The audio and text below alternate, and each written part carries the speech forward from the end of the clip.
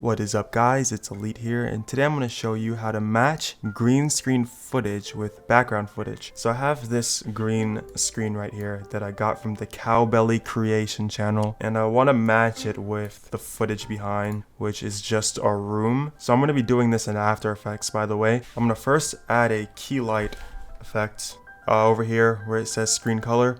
Select the background, and the first thing that we notice is like the border of the guy is like weird looking, so we can get rid of the border by adding a simple choker effect, and you'll see that if we turn this up a little bit, the border just goes away. So that's pretty nice, and the color does not match the background. So first, there is more contrast in the background than in this green screen right here, so we can fix this by adding a curves effect. So basically this will control the brightness of the image, right? And this portion, the top portion of the curves, controls the highlights, so like the brighter parts of the image, and the bottom controls the darker parts, and the middle controls the midtones. So if we bring the highlights up and the darker parts down, you'll see that we get more contrast. We can play with that a bit until we get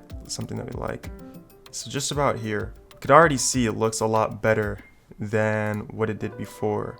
So another thing that we can do is add roughen edges, and we can go to edge sharpness and turn that down a bit. That'll kind of like blend it with the background a little bit more. So this is pretty much how you match your green screen footage with background footage. And of course, you can add a shadow to this. There's a few ways to add a shadow. I'll just show you like one of the more simple ways to add a shadow. So I'm gonna duplicate the layer, and I'm gonna add a tint to it and change the map white to black, right?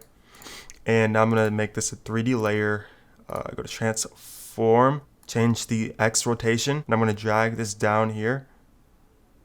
And I'm gonna drag this image underneath here, and then what I'm gonna do is add a blur. So not a Gaussian blur. Now we have a shadow. Also, there is another shadow on the wall that we should be adding here, because you can see on the plant how there's this shadow there. So what we're gonna do is we're gonna duplicate the shadow layer that we already made, transform the X rotation back to 0, transform all the rotations back to 0, and reset the position, and we'll just drag it back a little bit and move it over just like this.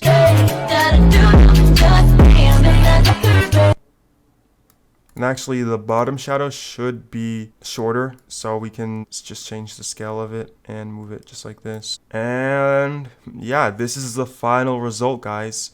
Let's check it out.